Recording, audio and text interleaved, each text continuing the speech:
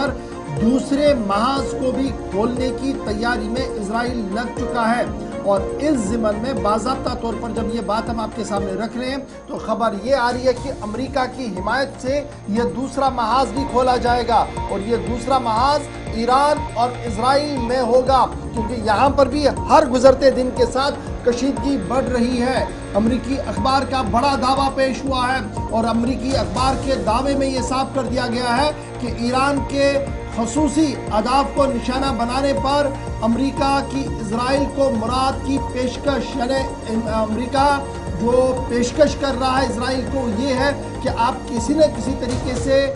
فلسطین کے بعد جو سب سے بڑا ٹارگٹ ہے وہ ایران ہے، اور ایران کے پاس جو خصوصی جوہری پروگرام ہے اور دیگر اہداف ہے انہیں نشانہ بنائے، اور اس ضمن میں امریکہ مکمل طور پر حمایت تو کھل کر نہیں کرے گا، لیکن جو بھی درپردہ حمایت ہوگی، جو بھی درپردہ ضرورتیں ہوں گی اسے امریکہ پورا کرے گا۔ اور یہ صاف ہو گیا ہے کہ اسرائیلی اخبار کی رپورٹ میں کہا گیا ہے کہ ایران میں خصوصی اہداف کو نشانہ بنانے کے لیے تمام تیاریاں مکمل کر لی گئی ہیں، اور یہ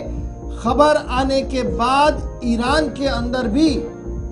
صورتحال جو ہے وہ تشویشناک بنی ہوئی ہے۔ ایران کے سپریم لیڈر کی طرف سے بھی بیان سامنے رکھا گیا، اور یہ کہا گیا کہ اگر اس طریقے کی کوئی بھی مزاحمت کی گئی، کارروائی کی گئی تو اس کا جواب دیا جائے گا۔ نہ صرف جواب اتنا ہوگا کہ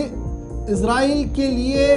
خود کو بچانا مشکل ہوگا، بلکہ عالمی اداروں کے لیے بھی ایک بڑی غلطی ہوگی اگر اس طریقے سے کوئی بھی کارروائی کی گئی۔ ان کا ماننا ہے کہ جس طریقے سے